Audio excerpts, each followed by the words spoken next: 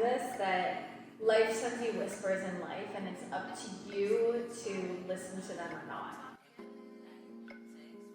This was a full-on, energetical, spiritual, emotional, mental, and physical process that happened. I think that at this point, I've really learned my lesson with this, that I'll never fall into that again. Do you personally think you've fully healed, or do you ever feel like those aspects come back to you a little bit?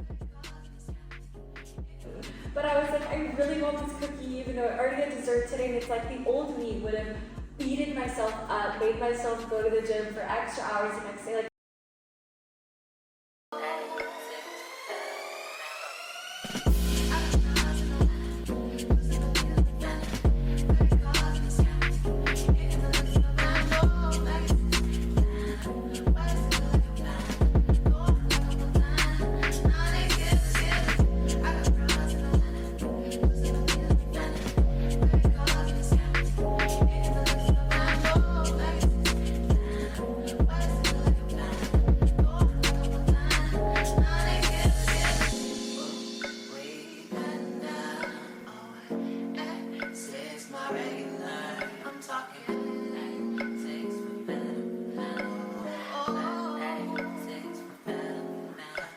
You guys, I have another beautiful Austin lady here with me. I'm meeting so many rad people here in Austin, a lot through like the fitness groups that I go to, yoga classes, things like that. But we have Emily here with us today. We met at this running club here in Austin, and we immediately got talking about like hormones and birth control and just like food and relationship with food and all of that, and it just felt really right to have her come on the podcast and share a little bit about her story, who she is, and all that stuff that you guys are really interested in hearing. I'm so excited to be here, so thank you for having me. And I'm a big energy person. I feel like when you're meant to meet someone, it's meant to be, and we ran into each other at our running group, and meant to be. I literally, I don't think I told you this, but I like saw you and I was just like, oh, I need to talk to my girl. So I was like, I like your shirt, which I didn't like your shirt. Oh yeah. I was just like, I like your shirt, and you're like walking to get water, and I was like, I'm gonna follow you. I was like dying at first, and I was like wanting to talk to her, but I'm like, I just ran like 7 miles. I was like, I need water. I literally was like following you, and you're like, this girl's annoying. But once we got talking, No, not at all. I was like, I need to talk to this girl. I loved it. We ended up having a lot of commonalities, and we're actually going to start on a pretty big point here. So we're really just going to like dive into it, because I think that this is for both you and I, this experience that both of us had, that we can like kind of share, that we've had kind of the same trauma here. I think it will open up the conversation to who you are and what like has been going on in your life. So I was on Emily's page, and I saw that a year ago now, she got hit by a car, and I'm gonna have her dive into that whole experience. Just as a reminder, if you guys have listened to my podcast, I've shared it a couple times, but back in 2016, I got hit by a car when I was riding my bike. Broke my collarbone, brain injury, shattered like some of my teeth, some of them got knocked out. Like, it was pretty bad, pretty intense. So when I heard that, and you were like, these are the life lessons I've learned, it's like, oh my gosh, so many life lessons I learned from this. So can we start here with like, what happened, what was the takeaway here from this big thing of you getting hit? First of all, the fact that we have that commonality is wild, and we felt so many of the same aspects of life after our accidents. I think everything that happens in life, like, you can say that just happened and it happened, or you can put a purpose behind it. And I chose to put a purpose behind what happened to me, and it has changed my life for the better. But that right there is like such a beautiful mentality to have. And it's really stepping away from the victim mentality, which I think is easy to fall into. This happened to me, or I was raised in this type of family, or whatever it is. But that's really an empowered like decision to choose. I'm gonna make this the best thing. And I had the same exact thing the first night I was in the hospital. When they told me, they were like, you broke your collarbone, you're not gonna be able to move your shoulder for like 6 months is what they told me. And I just looked at my sister and I was like, I'm gonna make this the best thing that's ever happened to me. And I was just so set on it, of like, I'm not gonna choose to wallow here. Yeah. Exactly. And I mean, just to tell you what happened, I was at the time, this point in my life, I'm also from California, just like Chloe, and I was driving in Austin. It was my third week here, so I just moved here. My third week in Austin, I didn't know anyone at this time. I moved here because I wanted to move to a new city, but also I got this job here. It was all exciting, and long story short, the job was horrible. Okay, so I'm driving like an hour away, super early in the morning to get to this job, and this morning I literally had tears in my eyes not wanting to go to work. Like, it was very depressing job. At the time I was working in the operating room with kids, like in the medical field, and it was very depressing environment. Like, I was seeing open brains and spines. I was like, I'm a fitness person, like what am I doing here? It was just, in the wrong career lane in that point in my life. But I was really depressed, I was really sad. And keep in mind that during this point in my life, like, I just made this big move to Austin. Can I pause you for 1 second? Sorry, I will edit this out. My room is really echoey, so I think like the better way to go about it is like I can elevate volume if I need to on the thing. So like, I think tone down. Sorry, not like tone down, but like speak lower. And like I will, if I need to, bring the volume up, but I'm starting to hear it echo, which I was noticing was happening when I was speaking too. So try and keep it like keep your passion. I'm not like it's been annoying because there's not enough like things here, but it's okay. Okay. Go from this was not the right field. So this was just not the right field for me, and at this point in my life, I was always go on to the next thing, saying yes to everything. And I'm at this morning driving on my way to work. I just moved to a new city. Everything should be so exciting. And at this point in my life, I was really unhappy. I got hit by an 18-wheeler out of nowhere. I was in a small car and I got hit by an 18-wheeler. And my car got launched across the entire highway.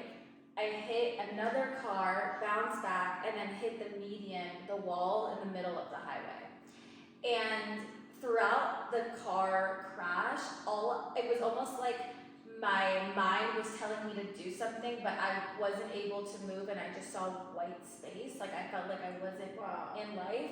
It was a wild experience, and I don't know, I for sure got knocked out because my nose was broken after. And anyway, I stopped and I had blood all over my face, and it was a very traumatizing experience. I did not know what happened. I was like, what happened? I was able to get out and go make sure everyone was okay. Like, I was just in a state of trauma. I was in a state of is this real life, and I got transported to the hospital, and the craziest thing ever that happened was I get to the hospital, they're giving me an x-ray, a CT scan, they want to make sure there's nothing internal that's happening, my nose is completely broken, I'm in pain, and this nurse comes to take care of me, and he goes, what happened? And keep in mind, I'm wearing scrubs because that was what I had to wear for work. So he's like, you a nurse or a patient, and he's taking care of me, and he goes, I told him I got in an accident. He goes, you're really lucky because I saw a really bad accident on my way to work. It was this little black car and an 18-wheeler hit it. I go, that was me. He goes, no, it wasn't you because that person, there's no way they made it. That car was crushed. I go, no, that was me. Oh my god. And I'm by myself in the middle of nowhere, way north of Boston, don't know anyone, and I'm just crying, what is going on? I do have to stop and just say that the whole car situation in Austin it's horrible. It's a mess. It's a mess. I've been fearing literally driving every single day because lines disappear. All of a sudden you're driving and you're like, wait, what lane am I supposed to be in? It just goes away. Wow, crazy. I can't believe this happened. So you were saying though that you were in a period, things weren't in alignment. It's really funny that oftentimes these big things happen when we're really out of alignment. It's kind of like the universe comes in and is like, we're going to make you listen to the fact that you're unhappy, you got to change something up, you got to do something different. Fortunately, it happened that way. Fortunately, you survived it. But it is very much that mentality again of just choosing to see this as this was a growth thing. What, if you can explain that, like, what was that? Why were you, like, what were you doing? Why did you need a shift, kind of change? Someone told me this, that life sends you whispers in life, and it's up to you to listen to them or not. And if I look back on my life before this accident, life was sending me so many little whispers to slow down my life in so many different aspects, whether it's fitness, nutrition, social life, like everything actually like physically slowing down, and I didn't listen to any of them. And I was always burnt out, always doing more than I can handle mentally and physically. So this was the scream.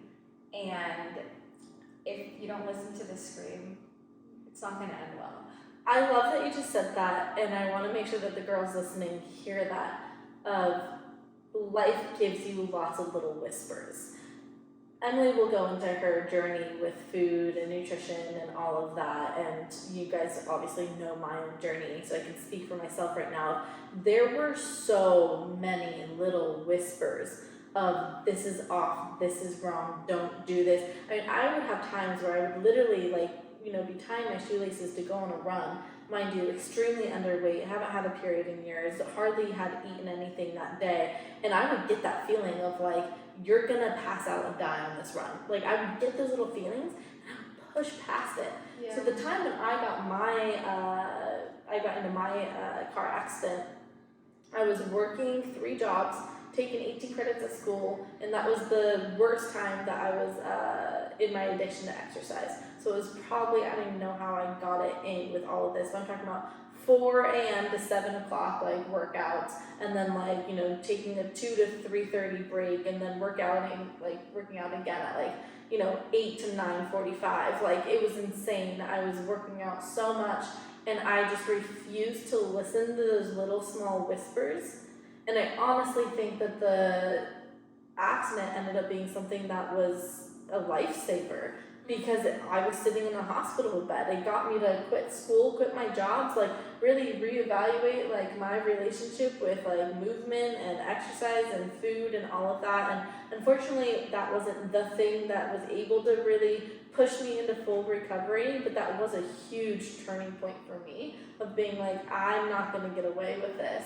And my life can be taken in 2 seconds. I think that's what a car accident really shows you, is that, oh, this thing, guys, it's not a surety. We can be gone in any second.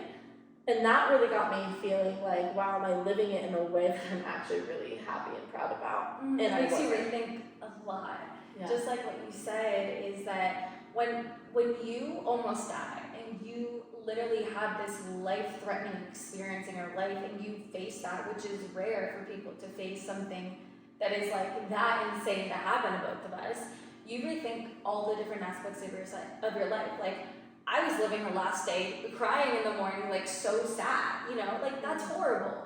So it's reassess your life, and I think it really made me look at different aspects of my life where I used to have a horrible relationship with food. I would beat myself up mentally and physically. Just like you, I was in the gym for hours. So stupid, because now I'm I exercise max 4 times a week for maybe 40 minutes, and I'm in the best health and shape that I've ever been in. And I exercise way less than I ever did. Exactly. And I even saw this one video of this old person talking, this elderly person that was saying how she was looking back on her life, and all those little things that you worry about, all those nuances in life, they don't matter. And that was kind of the point where I was screw it. Screw everything, screw counting calories, screw all the little things, weighing yourself, being so obsessed with the things that just don't matter in life. When it comes down to the gist of it, are those things are you gonna look back on your life and be oh yeah, I'm so glad I stuck to 1,700 calories per the week? Or are you gonna remember those moments in life where you were happy and living life without the burden of counting and being miserable and hating yourself? So honestly, that experience really transformed me. I want to dive into that a little bit more. I think I want to pull out one point that I thought of when you were talking, which is we both had huge accidents, huge things that happened, but before then, I know, and again, I'll just speak for myself because I don't know how deep your journey got, but I was slowly killing myself every single day. And I was just not being honest and truthful with myself that that's what I was doing.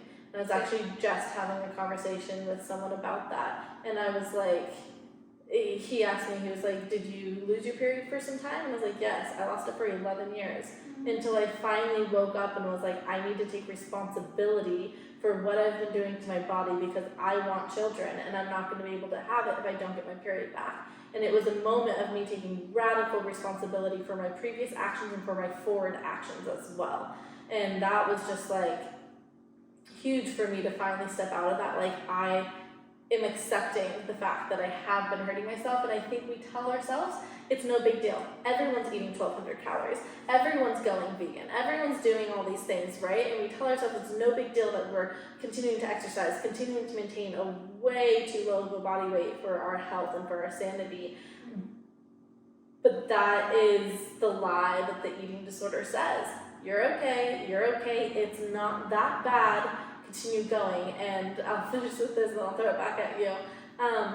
But something that I said in a client session the other day, because she was like, I just need to like lose more weight before I really go on this like journey, right? Like, let me really hit rock bottom before I really start recovery. And I just looked at her and I was like, honey, well, it's a really common thing though. Yeah. Like, people want to almost like, let me just like lose the last 10 pounds and then I'll really hit rock bottom, and that would be the thing that gets me to go up. And I just looked at her and I was like, I've actually been there. Now that you explain it, I can relate to that. Yeah. And I told her, I was like, listen, rock bottom doesn't feel like rock bottom when you've been hanging out by the rocks for a while. Because she was like, I need to hit another rock bottom. And I'm looking at her being like, you are at rock bottom. Like, this is the epitome of rock bottom here. You guys, I hope you are enjoying the conversation I'm having with Emily. I love her. She is just such a beautiful human being. So we had a really good time chit-chatting, but I'm just pausing this little conversation right now just to share with you guys here on my YouTube channel that my signature course, Get Your Flow On, which has been the course that's been out for the past year almost, crazy to think. We have 72 women from around the world in this course and in this community, all really set on getting their period back, really reaching full recovery, full mental, energetical, spiritual, soulful recovery. These girls have been dedicated to really enlarging their life, and it's been really beautiful to see. The course is designed to help you reach the land of full recovery, and so many of the girls who have been in the course for the past year have really reached that place, and it's like shocking, awe-inspiring, amazing, all of the above. But I was feeling like I really needed to kind of close the course for a little bit. We have a beautiful group of ladies there. We've really gotten to know each other, and I feel like we just need to kind of really settle in and really make sure that every single one of these ladies gets to a better place. And so I'm closing the doors, meaning that after 2022, so December 31st, 2022, that's going to be the last day that you can sign up for the Get Your Flow On course. The community, of course, is gonna keep on going. I love the community. I'm in there all of the time, and I'm not gonna just stop doing that. So I'm gonna be in the community even more so in 2023, but I'm just not gonna be accepting new applicants again, so that we can really have the girls get to know each other and really get connected. And so if you've been wanting to join the course, then the time is now. Time is now. There's really not that much more time to do it. If you had any questions about my course or community, you can always Instagram message me at flowwithchlo, or you can send me an email, contact.flowwithchlo@gmail.com. I'm more than happy to hop on a call with you and to explain anything in further detail, but we've been having a fun time over there. So I invite any of you guys who are like, yes, I need to switch, I need to change, I need to be dedicated, I need to commit. Having a community would be really helpful. If you're kind of in that mental space right now, then I highly recommend joining the course. I'd love to invite you in. All right, let's get back to what Emily and I are chatting about.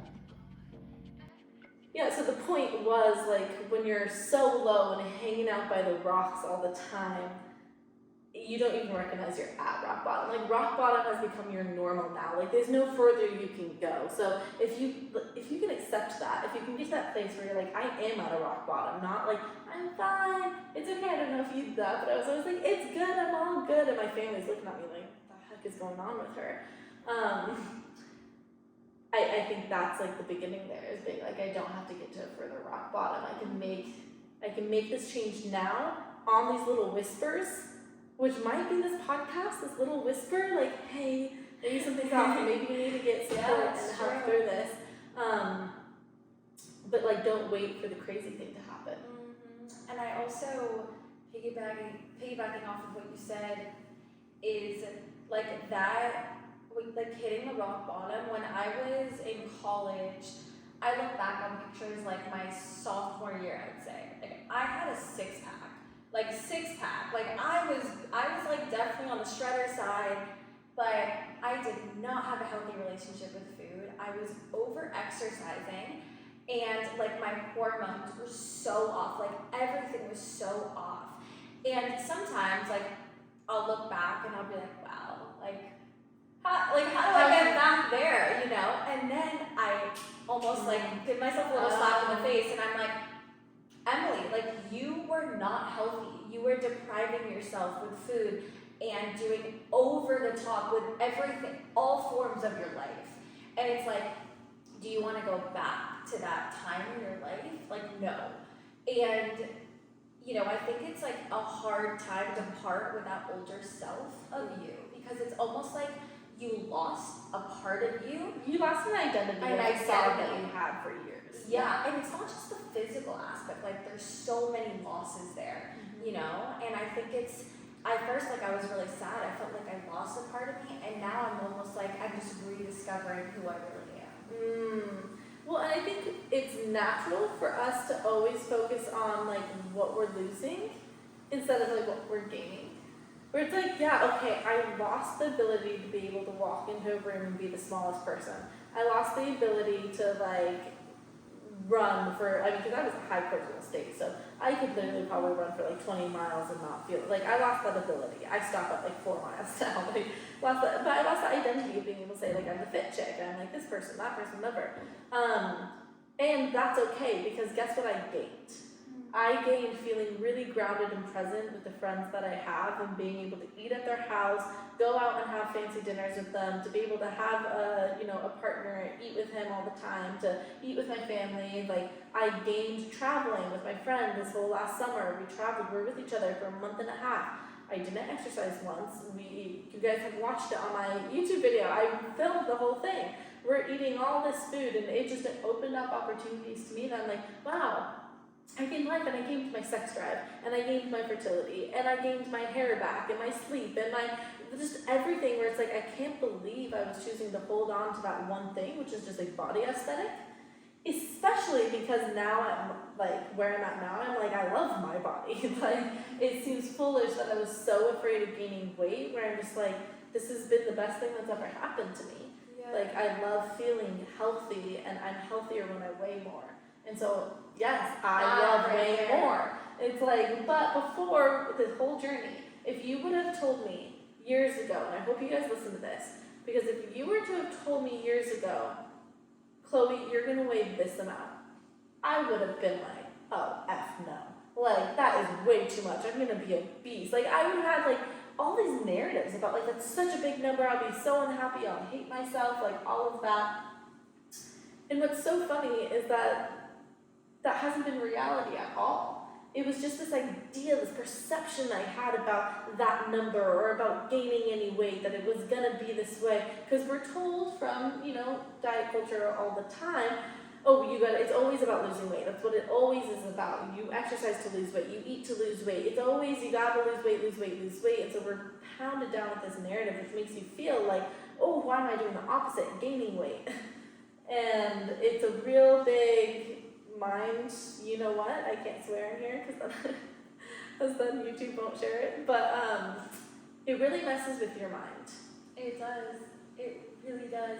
And I think in that side, the mindset is I'm a fitness instructor, I teach cycling classes, Pilates, athletic conditioning, a little bit of everything, and when I teach, you'll never hear me talk about weight or food or anything, and I know the feeling where you binge, I know the feeling where you have so much guilt from food that you want to be at the gym all day to try to burn it off, and it's this horrible, vicious cycle. And you know that someone in your class is feeling that. I know that, and I think, like, it's just so cool when you find that aspect in fitness of what it does to your mind instead of going for the guilt. And I think that's when, if you start to kind of focus on the after effect of like, how am I feeling right now? Like, I feel really good, like mentally, like I burned off steam, and I think it's a little bit of that, and it's a little bit of starting to learn how to love yourself. It's like, how do I learn to accept who I am? And like, if you do have that craving, like the other day, I like might have not been like the best day of eating for me, but I was like, I really want this cookie, even though I already had dessert today, and it's like the old me would have beaten myself up, made myself go to the gym for extra hours the next day. Like, I was like really just giving myself self-love, and I was like, you know what, my body really wants this right now, like I'm gonna give that to my body. It's not overthinking it, it's getting in the body, getting out of the head space. Yeah. And normally, like the old me, what would that lead to? Depriving yourself from not eating one cookie, binging later, and then going to the gym. Well, okay, so right? I'm glad you just mentioned that, because that's really what it is. When it, like, I'm thinking about me right now, it's like, I never binge. Like, I can't tell, I went through a period, it was awful, of like, I could eat a whole jar of almond butter, a whole loaf of bread. Like, I went through a period of really, really going at it. Wouldn't have been able to tell because I was also exercising like a crazy maniac, and so I was able to suppress my weight, but it was really bad. But I don't binge anymore. And the reason is, my body has no reason to, because I'm constantly fed and nourished. And so when we're talking about like binging, you gotta really talk about what's happening first, which is the restricting. And when you restrict, when you hold back, I can't have this cookie, I can't, you know, it's gonna end up in this binge, both for like psychological reasons and also for like physical reasons. The body is going to really fight back with that. Yeah. And it's a really vicious cycle, and I wish more girls knew that's not about sitting on your hands. It's not about like, what's the word, having more willpower or restraint. Rather, it's about learning how to honor your body and the fact that it needs nourishment consistently throughout the day, not just on that day, but chronically. And when you get into this chronically nourished place, that's when the binging and stuff, like, I don't ever fear, I can have a good relationship with food now because I don't fear binging because there's no reason for my body to binge. That makes sense. Like, I feared food back in the days where I was binging and restricting and doing all these things because it was always like these extremes. It was always shifting me from one side to the next. That felt really bad. It feels bad to starve, and it feels bad to overeat. Like, it felt bad. Being in the middle ground where you just realize, oh, what if I just stayed consistent with this? What if I just let myself have the cookie when I want the cookie? Oh my gosh, then I don't go in the extremes and I stay in this nice, beautiful little middle ground where, like, you're just healthy. I don't think about it, like, at all. I never think about my food. That's amazing. And I think, like, and I feel like people think that, oh, I just flip a coin and all of a sudden I go from like having a horrible relationship with food to being perfect. So like, it doesn't take long. It takes, not only does it take a long time, like I honestly think, at least personally, and people that I've spoken to that have had eating disorders, that I think like even once you are fully healed, I don't think you're ever, like I think it's always gonna leave a little bit with you. But I don't think that's necessarily like a bad thing too. I think it kind of shows you like how much you've recovered and how much you've gone through. So like, I don't know, like do you personally think you've fully healed, or do you ever feel like those aspects come back to you a little bit? Yeah, you know, I've heard that before, of the idea of like, oh, once you have an eating disorder, you'll always have an eating disorder. Not always eating disorder. No, but you always have that like there. And I actually truly want to say, I don't think that's right. And honestly, I love that you said that because I'm still on my journey to fully heal. So I love that you said that because you're ahead of me in like the best way that gives me hope to fully heal. I think there's steps and it takes time, like you said. Like I didn't just get here, right? This was a long journey. Like it's now been like 15 years plus, right? It's been a long journey, but I can say for me and for the clients that I've worked with and stuff like that, hearing their story, like if they come back to me like a year or 2 years later and like getting to like kind of have a conversation with them and see where they're at, I can say that I'm pretty solid on my belief of like you can 1000% be totally done with it, totally neuro rewired. I don't have the like I remember this was like 2 years ago. I went through a really stressful moment in my life, and I remember going through that period. It lasted for a couple months, and I remember afterwards kind of reflecting on it and being like, oh my gosh, wow, my food and my exercise and everything, like that actually didn't get impacted at all by the stress. Which before it used to be like, oh, I'm stressed, I'm not eating, and I'm gonna like, I would just like lose weight, like even just from my thoughts. Like I swear, it was just like, it was such the response. And I'm like, wow, that was the first time that I actually stayed up on like nourishing myself, and it wasn't an issue while I was dealing with a really stressful moment. I think that the brain, the neuroplasticity of it is really amazing, and we have the ability to fully rewire. It will take time, that's okay, and that's part of why it's compassion. It's not wanting to be on a different part of the journey that you're not on. It's like accepting the fact that, wow, this may still pop up for me. You know, if you're someone who's like, has been doing recovery, and like, why does the guilt still pop up? I'm like, that's okay. Come at it from a place of just non-judgment of like, okay, it's guilt. All right, let me not like assign a value to it. Let me not enlarge it by thinking about it. Let me just understand that, wow, it's guilt, and like, okay, it's here and it's present, but that's not gonna stop my action. And it's good when you get to that point.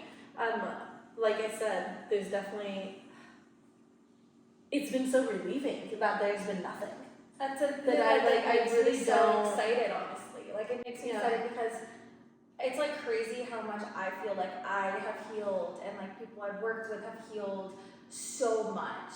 But it just like there like honestly gives me so much hope that there is so much more healing in a way for that to fully close, you know? I think you can get to as healed as you want to be healed.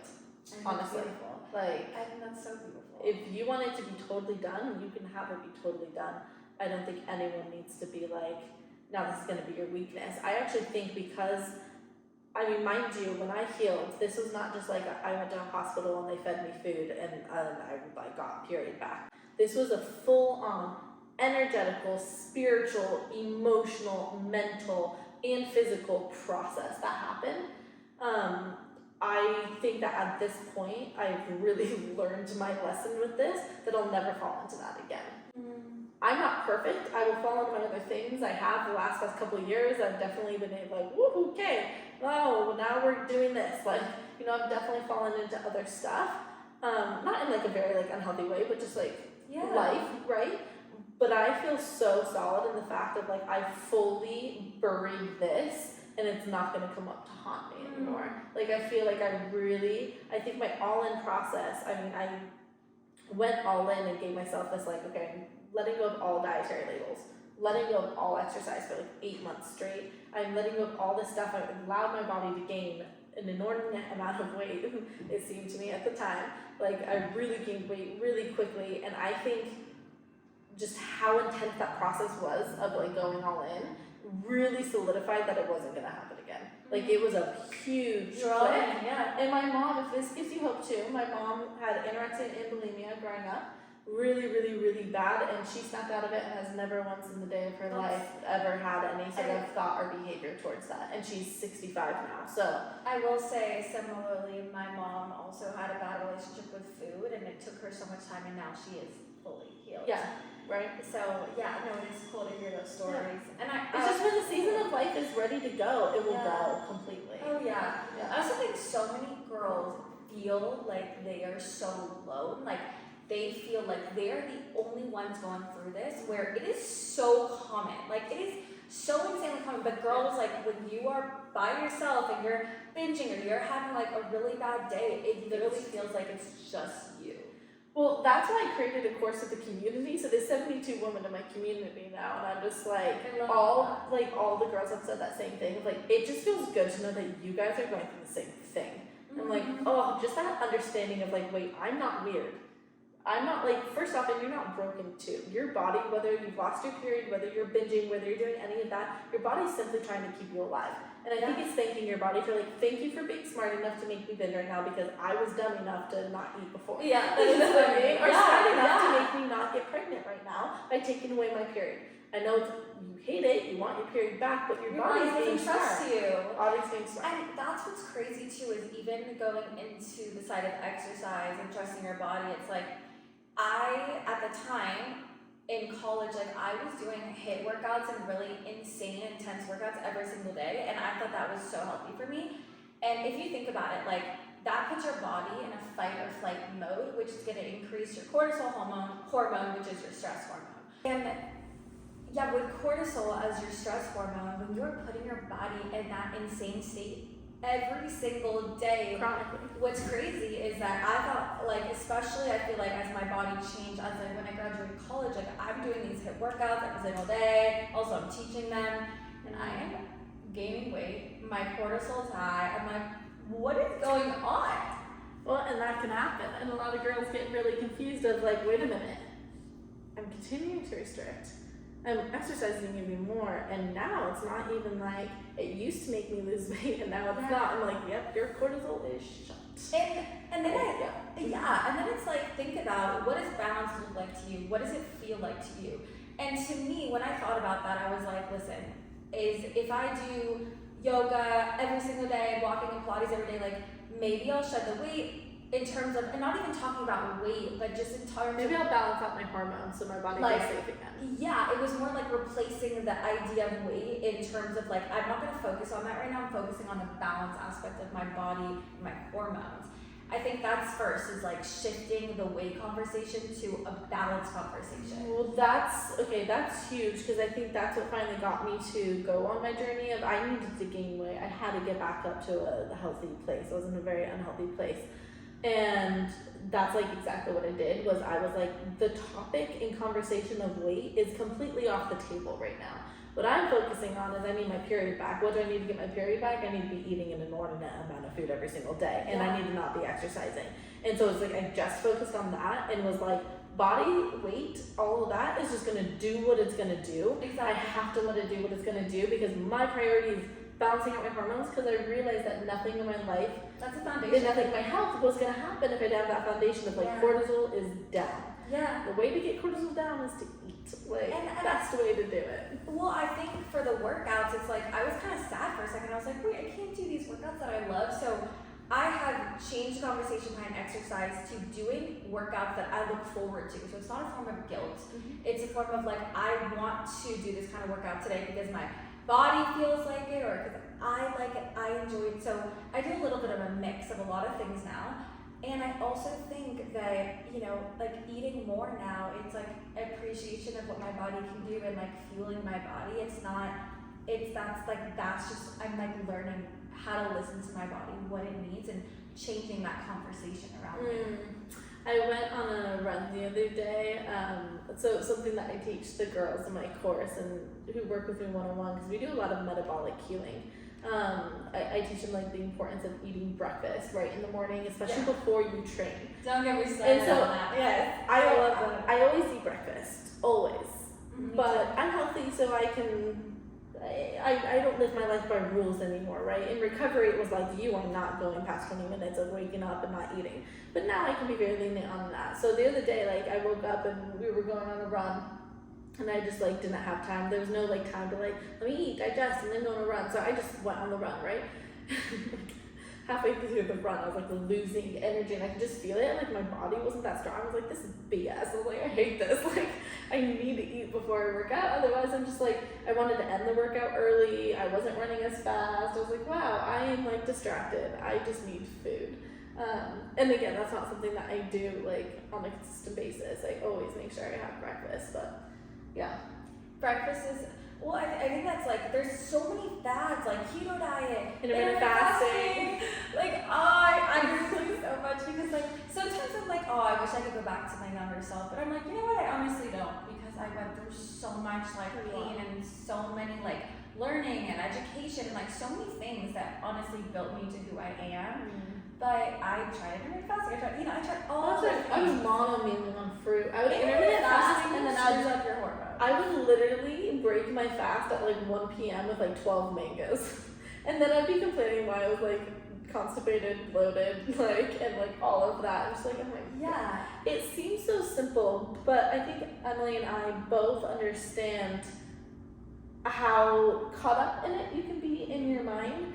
And I'm gonna ask you here as we kind of wrap everything up, like, what was the thing that got you to get out of your mind and to start actually taking action? Because it's one thing to start learning about this stuff and be like, oh yeah, okay, so they're saying like intermittent fasting is bad and I should be eating breakfast.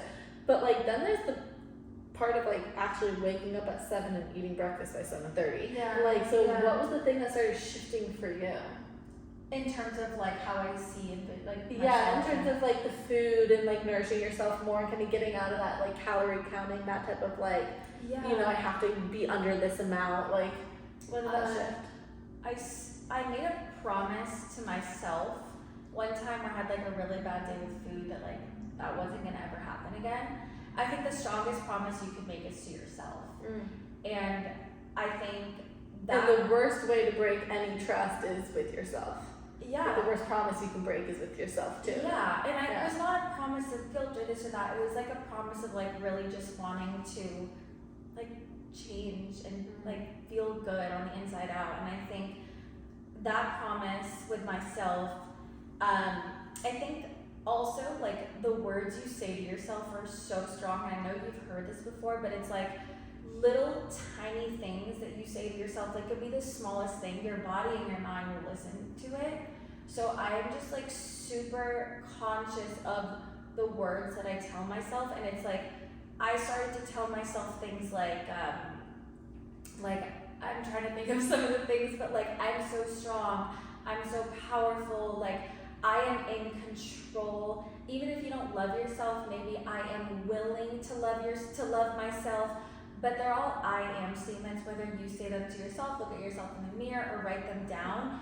But I'm obsessed with mindset, and I've seen so much how it has carried me and transformed my life, and also the people that I've coached and the environment that I set myself in. The mind is so powerful. And like you can right away, like if you're having a bad day, sit up straight, smile, tell yourself it's a great day. Like your mind's like, oh, it's a great day.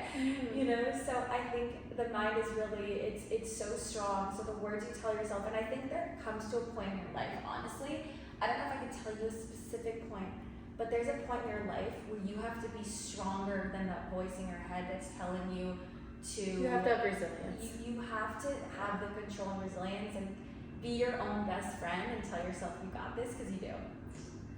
Yeah, the mindset is, I mean, it's beyond huge. It was such a huge part of my own journey. In the course, I have like 15 plus like meditations that are like recovery specific that help you like with bad body image day, or releasing fear or guilt after eating, or connecting and opening up to your heart, because we all know that that can kind of get a little closed down. But it was such an important part of my journey. I listen to still, like you can look at my YouTube search history. I listened to it yesterday. But the I am meditations, I was just typing like I am meditation on YouTube. And sorry guys for the motorcycle that just passed. But it's like this like kind of not trancey, but hypnotic or meditative music, I should say. Yeah. And they go like, I am the creator of my destiny. I am like strong and empowered. And it's just like, anytime I'm in like a little like slump, or not, I don't even rely on it just when I'm in a slump. It's just, I wake up and I'm like, this feels like a good day to be really empowered. Like, it's like those little tools really help, because this is going to be you having resilience, having determination, and being committed to get out of it. Like, every day, being committed. And that's what I've seen to be really powerful about the community, is that like if one person's committed, the next person's like, oh shoot, they're committed, I gotta be committed. It's like this cascading effect of like all of a sudden everyone, whether they liked it or not, is committed. It's like, okay, wait, we're here. I can't, like one of the girls was like, I can't believe I did this, but I just got gluten-free waffles, and everyone was like, no, what are you doing? No, don't go back to that. And it was just like great to like see the support when they're like, she doesn't need to be gluten-free. I understand if someone is celiac or whatever and they need to be, but she doesn't need to be. And it was so great to get the like community, like, yes, like, we're affirming to you that it's not the right way. Like, let's stay committed. Let's stay committed. Oh yeah, I literally am in the community every day. I'm like, I wish I had this. I'm like, oh my gosh. I wish I had something like that. I also think I think there's an underlying reason for every binge or everything that happens on that side when you've had those bad days. So really tap into like, what's your why? Like, what's your why and like your reasoning for like doing the things you love in life, and then also like when you go through those hard times, like think a little deep, maybe take a couple deep breaths, like what am I feeling right now? Like even if you do go that rabbit hole that night, like how are you feeling? Like tap into that a little bit with your thoughts. Yeah. Try and push the judgment of it away. Try and push the guilt of it away. Actually try and get an assessment of like what is the actual feeling underneath this. And it's okay. Like I think sometimes like if you have those hard days, like I think it's the forgiveness. Like learning, I think that's a big thing. I learned to forgive myself. We were just talking about that in the group. It was like learning to honor the messiness of life and like it's okay, you're breaking down right now. Don't put added on judgment of breaking down. You're breaking down. Just like honor that like you're not perfect. Yeah. I think it really becomes hard when we have this idea that we should be perfect and then we're not perfect inevitably, and that is what creates a lot of tension. Yeah. I finally stood into this place in my life where I'm like, I am so far from perfect and I don't desire perfect, and great, so I can have days like today. To be honest, I did not work at all. I had one session this morning and it was great. Loved meeting with her. I got off of that call and was like, this is not the day for me to create, for me to do anything. I went to yoga, then I went to Trader Joe's. That's amazing. And then, oh my gosh. I literally like did nothing. And it was like, I don't need to be perfect and perfectly work every single day on this and like put that pressure on me. It's like just allow myself to need a mental health day where I'm like, I don't want to be my computer. I just don't want it. So I don't put that like stress on myself anymore.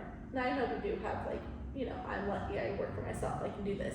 So I know that you have days where you have to do things, but even with like school, do you have to get an A+ on that, like, on that essay? Or is it okay to just like get it in and get the C? I love mental health is so important, and it's like, like say that sometimes like I get good grades or do this, and I'm like, I slept 0 hours.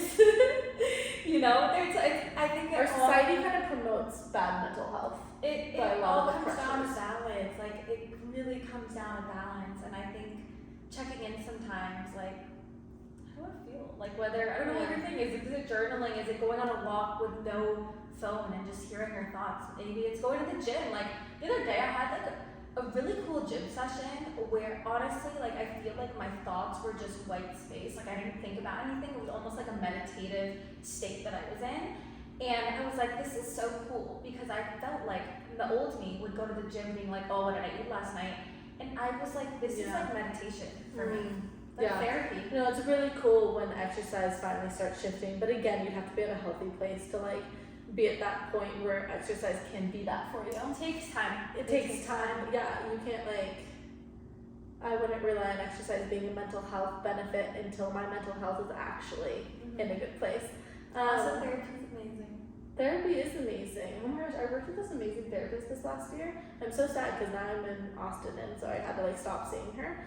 But like, I literally would just like be so excited about my appointments on Thursday. I'm like, oh my gosh, this is the day I'm seeing Liz. Like I was so excited, like because I generally get excited about the prospect of like I can become better and I can create a better life for myself. It's understanding that you're the creator of your universe and that you are responsible for it, you and only you.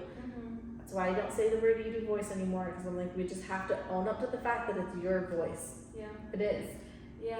Own up to it, change it, you have the power to. I also think that you'd be surprised, like I've had conversations sometimes with friends where I was going through a really hard day and I felt like I needed to talk to someone, but I was honestly a little bit scared because I wasn't sure if like the person I was hanging out with has ever dealt with any of these kind of things that I've dealt with, and you would be surprised how many girls have gone through similar issues. Like I can't even count the amount of times I've opened up to friends and they're like, well, we met at Raw, and all of a sudden there's like 5 girls around us. Everyone like crowding. I've never been there. Issues. Yeah, like everyone. It's so common. So don't common. ever feel like you're alone. I love that. Emily, thank you so much for coming on. Thank you. I know. Thanks so much. This was amazing. I'm so happy to be here. Yeah, I loved all of it. Please, if you have any like comments or any questions or anything you want to say, just put them down in the comment section down below, and Emily and I will both be looking at those. But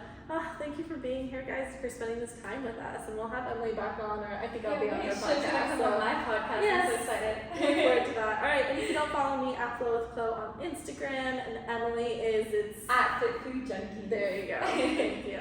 All right, guys, we'll see you in the next one.